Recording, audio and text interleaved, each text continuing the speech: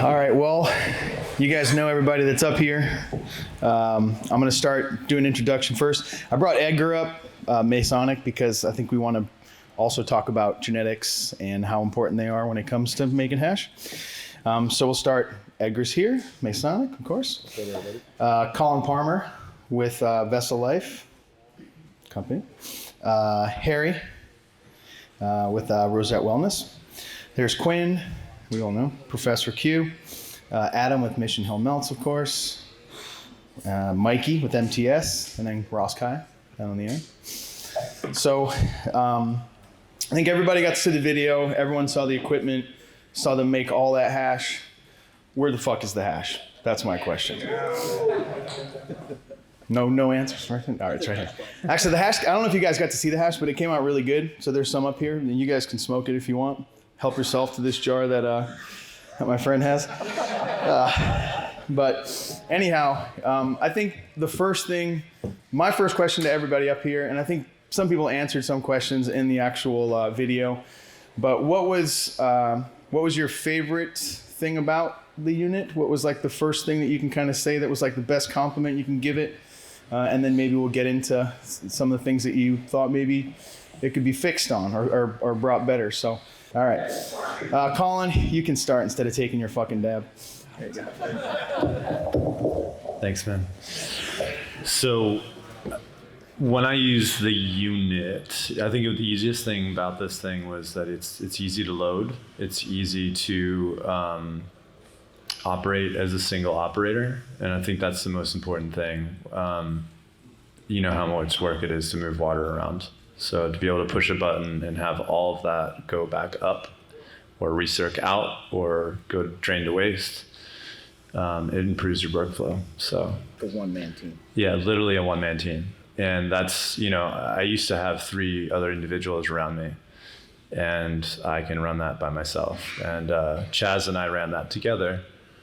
We all, I think collectively, we all learned that it's easier to run. Yeah. That looks fun. Yeah, I mean, the other thing about this is the amount of force. You don't need to wash like a 40-minute wash. You don't need to wash 30 minutes. You can wash like 15, 10-minute washes and do many of them. So grading that out makes things easier. Quickly cycle through. Yes, super quick cycles and get more done and focus on other things in the process that you otherwise wouldn't focus on. I noticed a lot of the same things that Collin noticed. I also enjoyed, when I work in a cold room, things are easily broken from temperatures, and a lot of the equipment really can't hold up to the task. I feel like this thing is sturdy enough to really take a lot of daily use, for one thing. It's a huge investment, anything you do in the cannabis industry in a compliance sense, so I really feel like it's important that it's lasting. And throughput's very important. Collin touched on it. I feel like we can do rapid cycles in that thing and get a lot of cycles in and really get what I'm looking for is an efficient wash and get everything out of the cannabis that we're buying for top dollar in a regulated market, paying taxes and so on. So, and of course the quality is going to show. I didn't end up getting to do the recirculation, and I think that would be really fun to play with to protect the heads, get it into the bag faster. That's something I definitely don't have the ability to do currently with a hand wash. And just the ease of it all, dumping, anybody who's had to dump 30 pounds of wet, fresh, frozen knows that it's backbreaking, and we do 2 or 3 runs a day typically at my shop. So being able to just tip that over and get rid of the load, and then we make nutrients out of our spent material. So it's just a real easy collection for us. The quality of the build, the ease of use, easy programming. I feel like even a novice user that isn't used to programming computers or using computers can really just jump right in. It's very intuitive. And you can really find the agitation that you're looking for, which I think is always the scariest thing when you're buying a washer or an automated machine. There's just a lot of different styles of agitation you can get out of it, and I'm sure they're gonna make more and more as time goes on. So for me, it was water movement. Water movement is big. I move a ton of water, and I have to carry all of that water to a different room to drain it. So yeah, it's rough. So the room, yeah, actually Mike back there on the left, he carries a decent amount of that water. He loves it.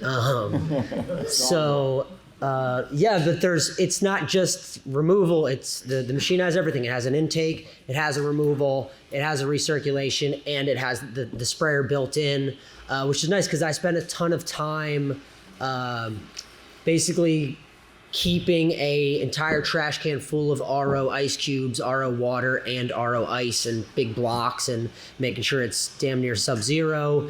And that is what I'm spraying from. So if I were to have some kind of inline chiller on that, you could essentially have a completely closed loop system that is cooling itself, and you're not having to run a bunch of different equipment and a bunch of different pumps. So the completeness of it and the holistic nature of that hash machine is really impressive. And the complete water system is kind of what showed me that.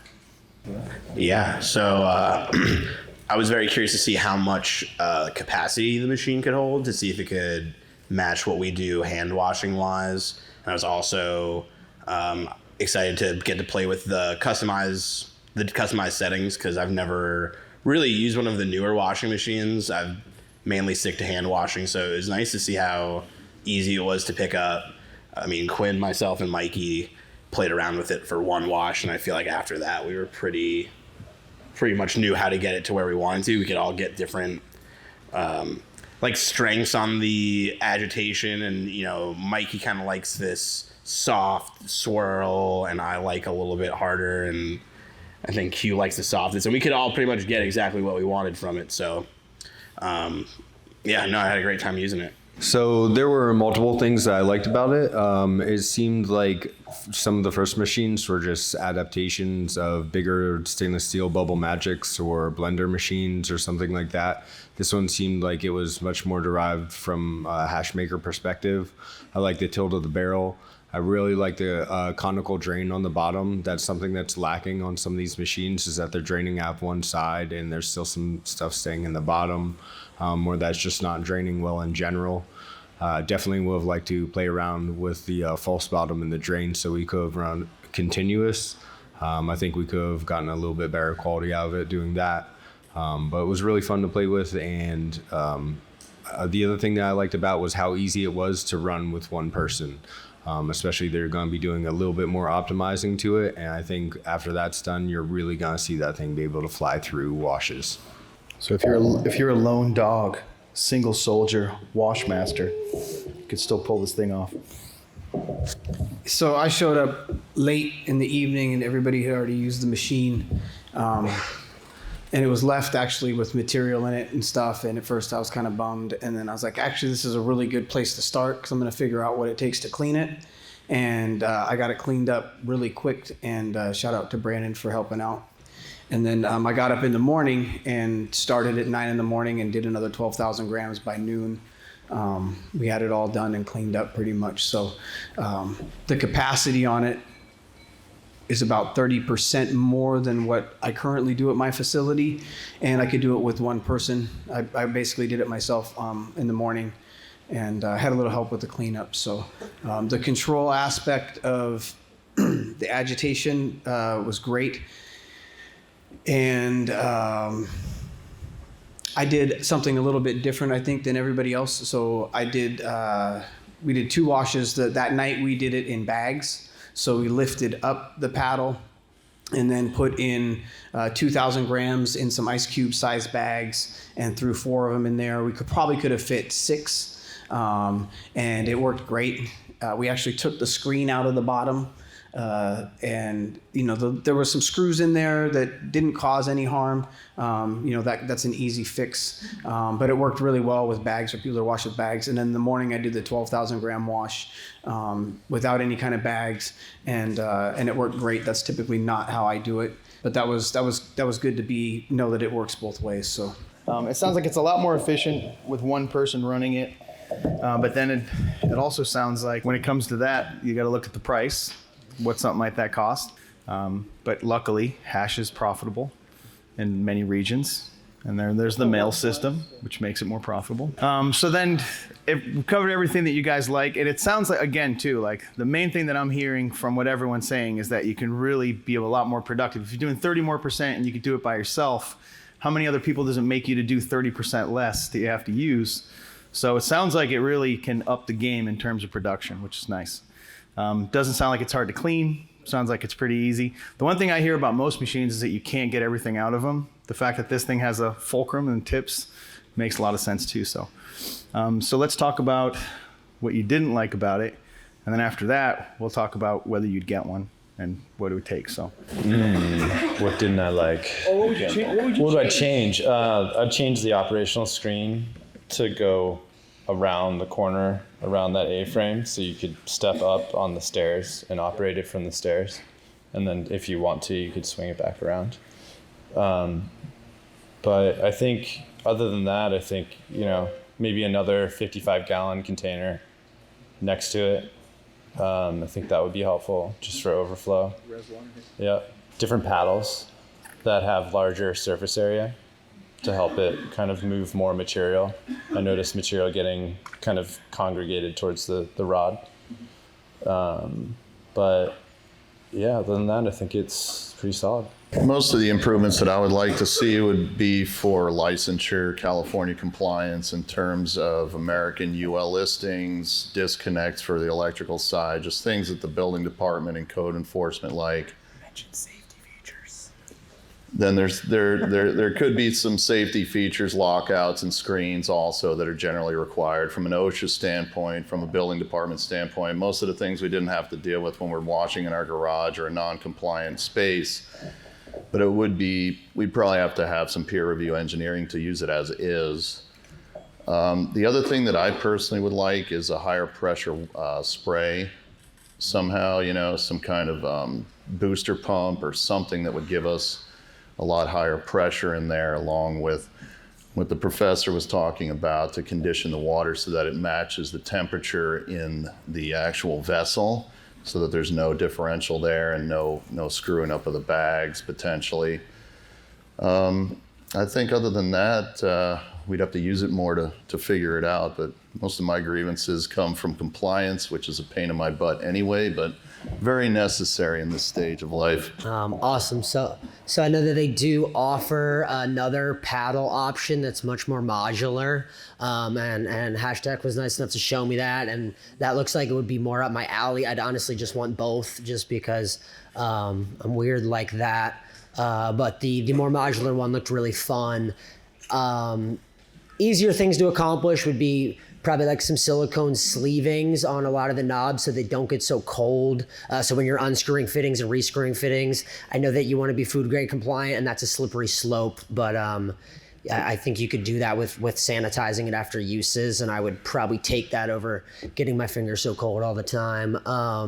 The platform, if the top platform was double the width, you would be able to hand wash up on top of the platform when you wanted to, and then throw the modular paddle in for your second and third wash, and still be able to get like a crazy high-end first wash. Something, if you tilted the whole top vessel like along with the agitation arm, or technically just the agitation arm, like maybe 30 degrees, you would stop the stratification of the material. So the material, like, basically the water wants to stay low, and the weed that's in the middle stays in the middle, and the weed at the top stays at the top. You're not getting the top weed to the bottom weed. You are able to shake the top weed enough and shake the middle weed enough that it works well, but if you can get the top weed to the bottom and the bottom weed to the top, that's what I think makes hand washing work so well, is the destratification and the linear agitation, and to make more of like a give it a tilt so you have more of a washing machine effect, or a dryer effect actually, where you're just kind of throwing things up and down. A nice inline chiller would be huge, and really the inline chiller is a second product. It's not actually something that's even wrong with this product. But other than that, it was awesome. So I liked the majority of the unit. There was a couple of small things that we ran into like where you add the impeller in, the bolts are kind of close together, so when you're trying to screw them in, you kind of like bump into each other a little bit, but that's a pretty small thing. For my personal setup, I don't think I would end up using the tilting model. I'd probably go for more of the A model that's more designed to be stationary on the tabletop, just because as nice as the tilting is for getting material out, it's just not, it's a little too big for my personal setup, and I could see it maybe leading to problems eventually. I like having it more stationary. But yeah, I think that, and I agreed with what I think Collin said about putting the touch screen either on the other side or somewhere more central so you could swing it to either side. But yeah. So things that I found that could be improved were the screen location could definitely be moved so that way you could operate it while you're standing on the stairs. It's very helpful to be able to see what's happening in the barrel. I also talked about a little bit of the water flow and the temperature sensor. So there's a temperature sensor for recirculating. It's very helpful to know what your water is at before you put your material in. You know, because you can throw a bunch of ice in there and mix it around, but it may not be anywhere near 32 degrees. So if there was another sensor that could just dip into there and that we could know the temperature inside would be great. Past that, I think the guys over here talked about most of the things that I saw. I really liked, there's like a real-time water temp deal too that I thought that was really cool. Maybe some bolt covers on the inner bolts when we took out the false bottom in there and did the wash with the bags. Having something to cover those bolts would be great. A larger bottom step. I kind of busted my ass coming off it the other night. It's just a little shorter when you're coming down at that angle. I also banged my head on the screen. So maybe some kind of rubber grommet deal around the screen. I banged my head pretty good. The blind spot for the screen, so either the adjustable arm or when I was down low, I thought if you kind of had one of those reflective mirrors up in the corner, you could see back down into the wash deal. I like the interface. I thought that was pretty good, but once I got into it to like dial in this stuff, it was like more like Excel to me, and I was looking more for Apple kind of interface. So I would prefer a smaller catch bin. That was a bit big, and the bags were big and hard to handle for one person, especially to clean a little bit. So maybe a slightly smaller catch basin for me, especially if I'm doing it by myself. Maybe highlighted touch points. So where you're turning those dials or other places where you might be touching a lot, highlight those spots. And then that can be part of an SOP or just something as you're making your hash, careful where you're touching because contamination. So. Downside, the large frame for setup, if you've already got the place built out, you might have to take down a wall to get it in because it's fully welded together. Other than that, the machine was awesome. So that would be my suggestions for improvements. Of course, too, and I think it's all good feedback. I think what you're really looking at is this format and having the opportunity to run a piece of equipment like this and have these guys come in and then be able to get the feedback right away. And then give the feedback to the actual maker of the equipment. Some of the things they probably won't be able to change right away, but I think based on the feedback that you guys have been able to give, it sounds like it's a thumbs up. It's a machine that, I'm not sure the cost of the machine. I'm sure that it's not, outside of a couple packs or whatever you got to do. I honestly think everyone's had good feedback. So let's go through and we'll ask. Edgar, you're definitely getting one. There's no fucking question about that. Collin, would you get one? It's ridiculous. Yeah, man. If it could produce, I mean, do you see this hash? So you'd get one. Yeah, man. All right. I would definitely get one. It would definitely help my workflow. My only issue with it, in a personal sense, is the overhead clearance. I think that some of us would have problems with that overhead clearance, getting it into our room. But I certainly would love to have that ease of use around for sure, because I hand paddle all the time and it's a lot more long-winded. They do have a lot of options, and that's worth considering because you can kind of finagle what would work for your space. So I'm definitely going to look into purchasing the water system. You can modularly just get the water system. I would love to just hook my hand washing system up to that really nice watering system with the built-in sprayer, and then invest in some kind of inline chiller and not be moving thousands of pounds of ice all the time. That would be Fucking gangster. Yeah, no, I definitely, as I said before, I don't think I would get the tilt version just because of my washroom size and requirements, but I'm definitely going to be looking into the tabletop version because I think it will definitely make my life easier. I could keep up with what we're doing, if not do more, which is pretty awesome. And my shoulder's been hurting these days, and we do 3 washes in a day, and I know the energy on the first wash and the energy on the third wash are not the same. So yeah, it'd be a good way to keep everything standard. So unless you're a really terrible person, the most expensive machine should cost less than your employee for 1 year. So ROI should be really, really easily achievable. So it would make sense to purchase one. Fucking math. Yeah, what he said. I want to sound smart too. No, really, that's amazing. Actually, what I was gonna say is we're in negotiations, so I got remodeled my hash space, and I worked with it. That's why I came up here early and got in late and played with it, and I was impressed with it. So I have Edgar here for breeding, and just do we want to kind of open up a little bit of a breeding conversation? So as far as breeding goes, I'm a breeder, seed maker out of Compton, California, Los Angeles, California. And you guys probably are familiar with Papaya Tropicana. I lucked out when I started making seeds, and the guys that kind of made those strains famous on the scene, they kind of put seeds in my hand, and I was one of the first guys to do like Papaya Fem Trop hybrids and kind of just work that line. So, those kind of turned out to be good hashers.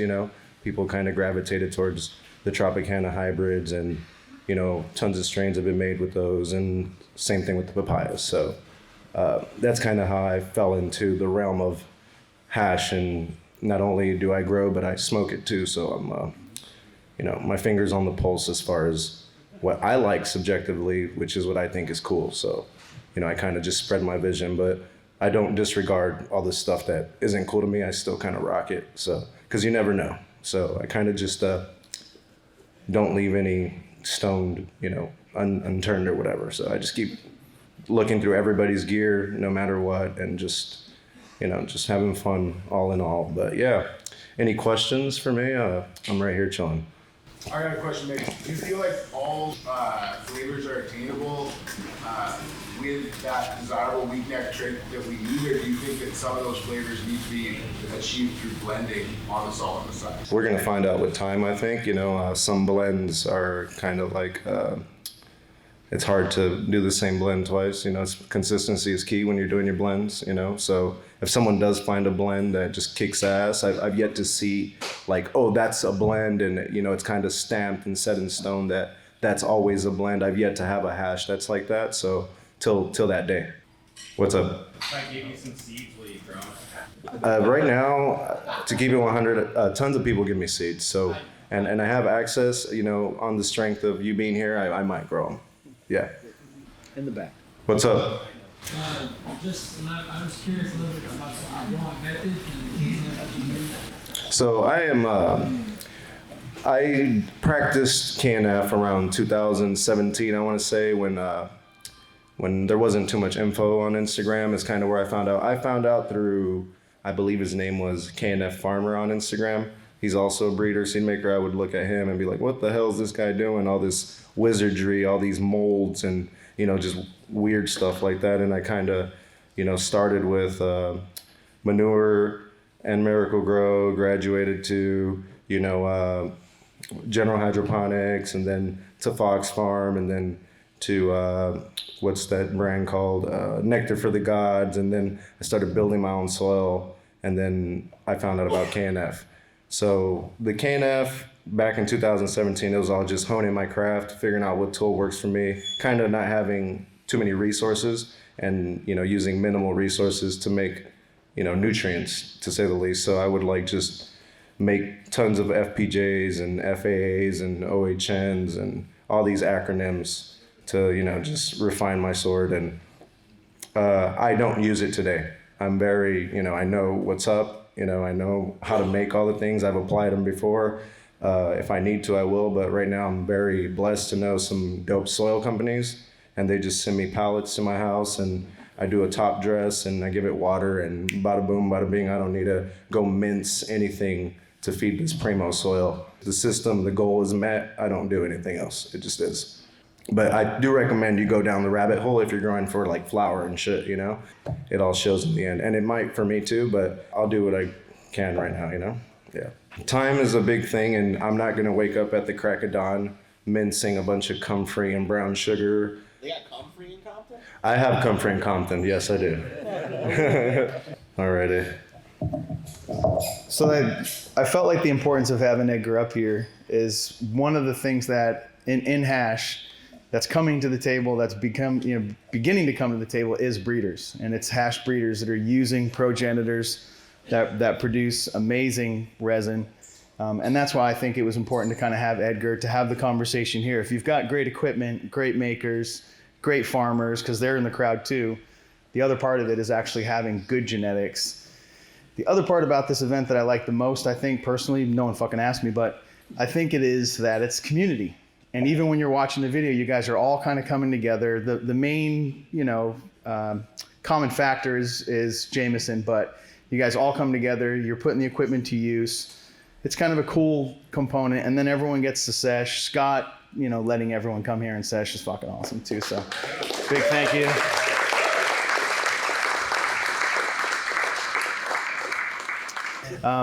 But yeah, I think it's dope because you have community come together, and then all of us all being involved, understanding how much glass drives everything that we're doing in this side and vice versa, and how it all comes together. So it's kind of cool to do it at Mothership. And then, who's bigger community when it comes to cannabis and hash than Mothership. So another thing about Edgar too is that Edgar's doing everything in like house settings and like actual like hobby-esque settings. So the cool thing about that is that it should be an inspiration to anybody. Like you can fucking start producing genetics, grabbing a hold of shit and breeding for hash production as opposed to just for flour. When you breed for flour, I think it's a ton more fucking work, honestly. I mean, just do what you want, Edgar said just do whatever the fuck you want. Breeding for what? For flowers? Well, if you're breeding for flour, let's start an argument. Well, come on.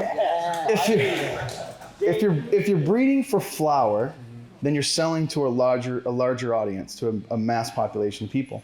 And what you're breeding most of the time, because of what you're breeding for Alice's or beneficial traits, it's for bag appeal.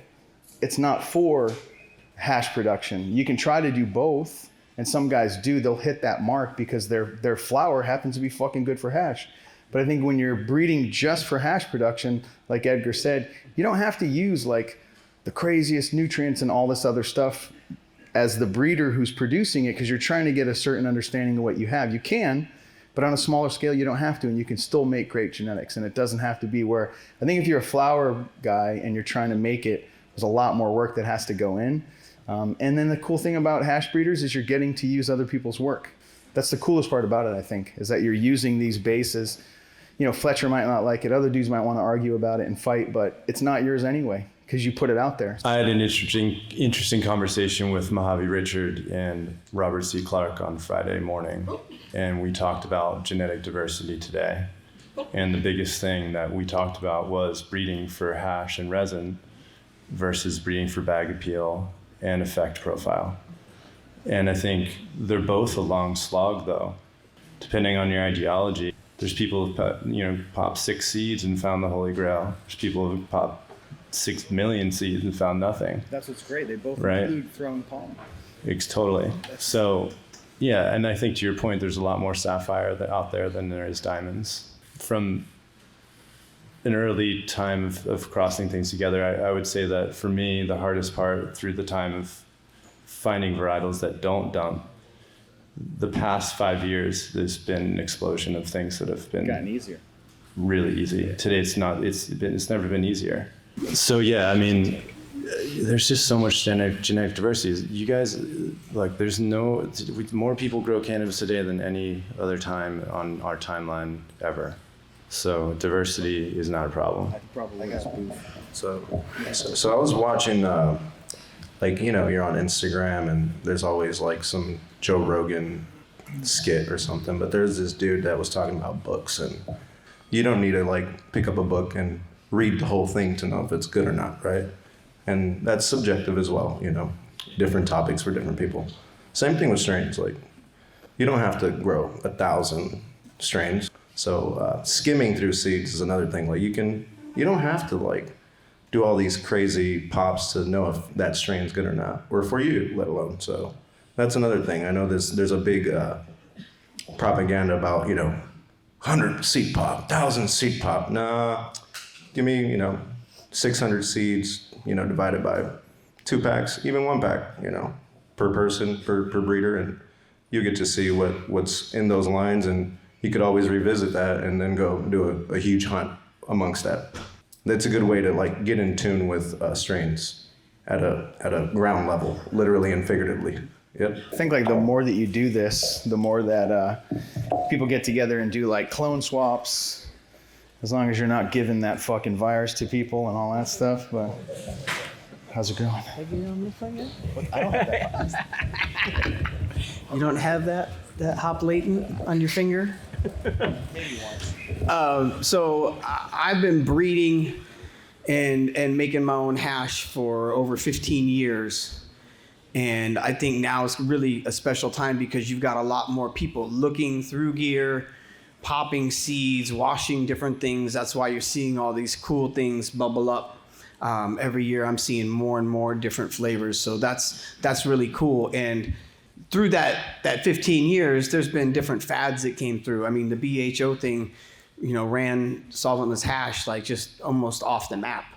And there was a couple of us that just stayed at it and kept working at it and developed hash that was, you know, more dabbable. And here we are. It's taken back over, which is just righteous and super awesome. But it's also opened up the doors for all these different flavors to be found, because before people just weren't popping that stuff. Some of the stuff that we've found, that strawberry yogurt, people were running it for BHO, running it for flour. Nobody had ever even washed it until I got my hands on it.